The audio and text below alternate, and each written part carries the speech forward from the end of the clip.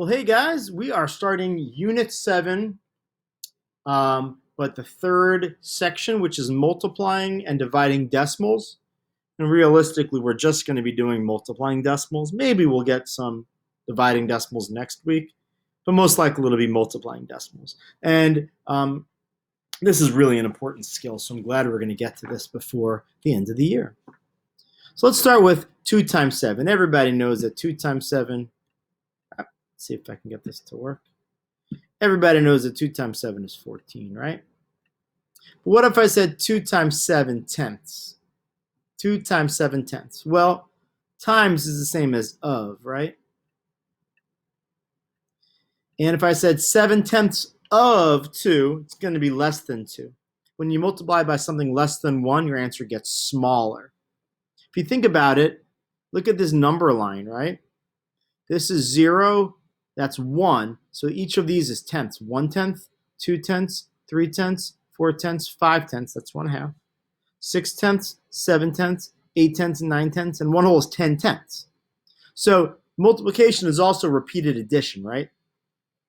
So 7 tenths twice would be, let's see, 1, 2, 3, 4. I think that's 7 tenths because 8 tenths, 9. Yep, that's 1 7/10. And to do it twice, we would go 1, 2, 3, 4, 5, 6, 7 tenths a second time. So one jump, that's 7 tenths one time. That's 7 tenths a second time, right? So 7 tenths twice is 1 and 1, 2, 3, 4 tenths. 1 and 4 tenths. We jumped 7 tenths once on the number line, then we jumped over 7 tenths a second time. Or if you did repeated addition this way, you could say 7 tenths plus 7 tenths, and you added it all up. 7 plus 7 is 14. Drop it like it's hot. 1 and 4 tenths. 7 tenths twice is 1 and 4 tenths. 7 tenths times 2 is 1 and 4 tenths. Look, it looks similar to 14, except the decimal point goes right here.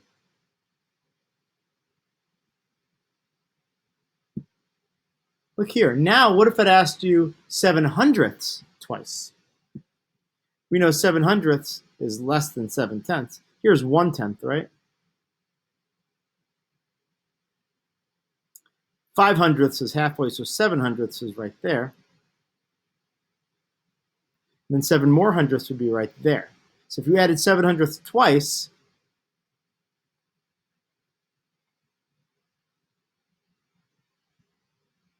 plus 0 and 7/100ths, and you add them, 7 plus 7 is 14, carry the 1. 1 plus all those zeros is 1, decimal and 0. You get 14/100ths. 0 and 14/100ths. Look, we still have the 14, but the decimal goes one space to the left. Because 7/100ths twice is really small, it's 14/100ths. We still have 14s, but the decimal goes in a different spot. 7/100ths of 2 is 14/100ths. It's a small amount. It's like 7 cents twice, right? 7 cents twice is 14 cents, whereas 7 dimes twice is $1.40, and $7 twice is $14. Let's look at this problem here. It says 32 times 8 tenths. Well, we know 8 tenths is less than 1 whole. Close to 1 whole, but it's less. 8 tenths, if you rounded it up, it would be like 1 whole, right? 32 times 1 whole, well, that's 32. But 8 wholes is less than 1 whole. It's more than 1/2. 1/2 is 5 tenths. 8 tenths is more than 1/2. It's less than 1 whole. 32 times 1 whole is 32. 32 times 1/2 is 16. So 32 times 8 tenths, it's not going to be 32. It's going to be a little bit less. It's definitely not 256, right? No way. That's way too much. Because it's going to be a little less than 32. So it couldn't be that one. 2 and 56/100ths is way too small. It's more than half. 8/10 is more than 5/10, but less than 1 whole. So it's got to be 25 and 6/10. That's the one that makes the most sense, right? And what I want to show you in the small tab down below, wondering if that's upside down. And it is.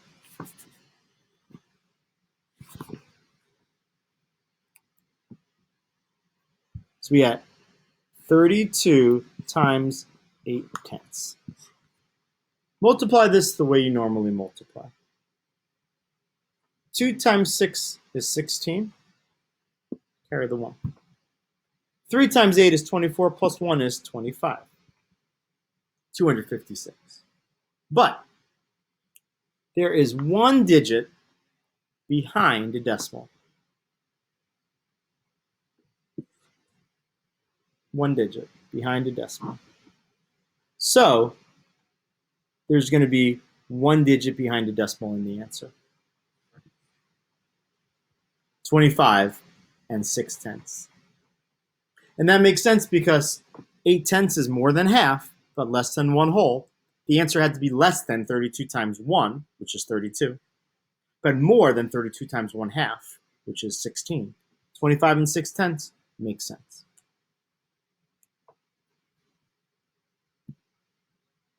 But let's look at these problems here.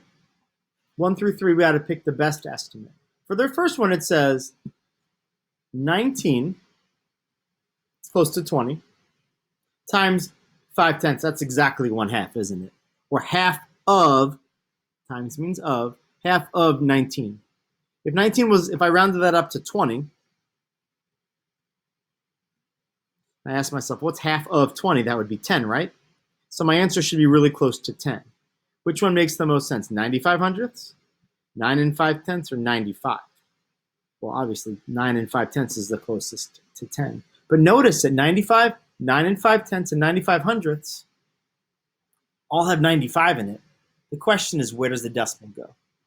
And we know the decimal would make the most sense between the 9 and the 5 because we know our answer should be about 10. Look, if we multiplied 19 times 5/10, 9 times 5 is 45. 1 times 5 is 5 plus 4 is 9. 95 is the answer, but we know half of 19, the answer makes the most sense for the decimal to be right there. Because half of 20 is 10, half of 19 would have to be 9 and 5/10. There's 1 digit behind a decimal, so we move the decimal once. There's going to be 1 digit behind the decimal in the answer. Okay?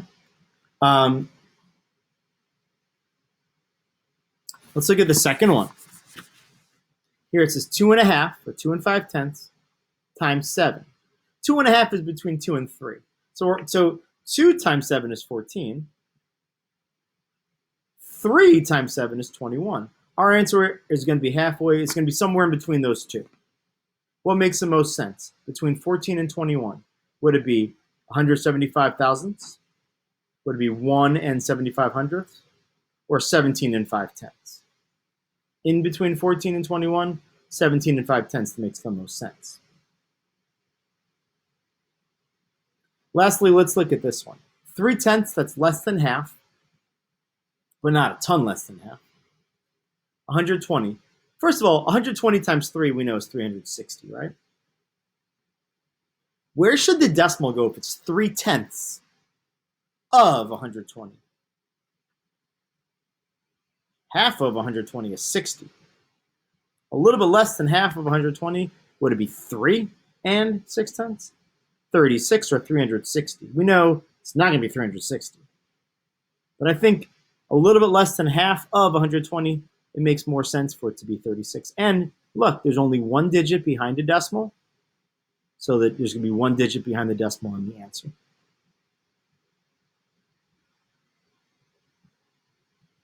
Let's look at this one, 35 hundredths miles a day for 9 days. If I estimated, that's a little less than half. A little less than half of 9 is 4.5, so our answer should be close to 4.5. Let's multiply the way I normally would. Let's do 35 times 9, and our answer is going to be a little less than 4.5. So let's do the box method. 30 and 5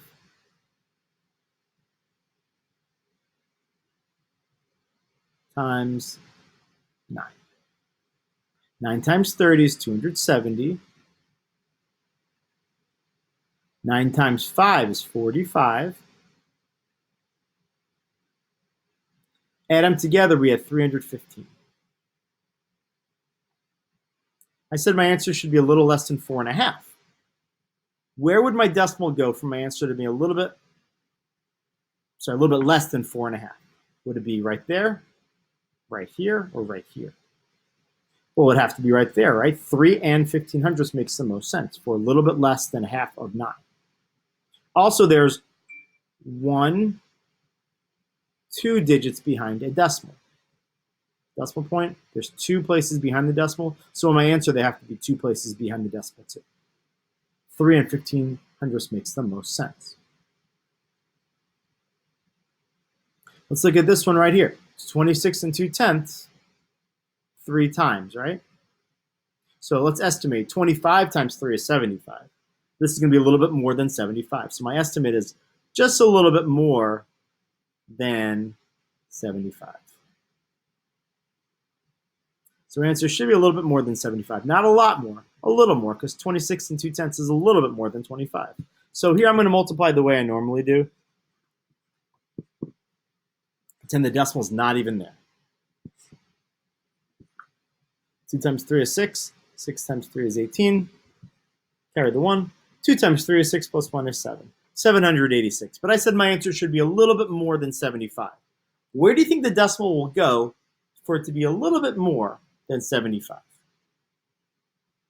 Where would it go to be a little bit more than 75? Obviously right there, right? 78 and 6/10 is a little bit more than 75. Plus, when it was 26 and 2/10, there was 1 digit behind the decimal, so there needs to be 1 digit behind the decimal in the answer. Okay, we're going to practice multiplying decimals on Edpuzzle. I'm sorry, this is Edpuzzle. You're going to practice multiplying decimals on Canvas, and this is what we're going to work on our Zoom at 3 o'clock. Estimate first, think which one makes the most sense, and then make sure your decimal is in the right spot to match your estimate.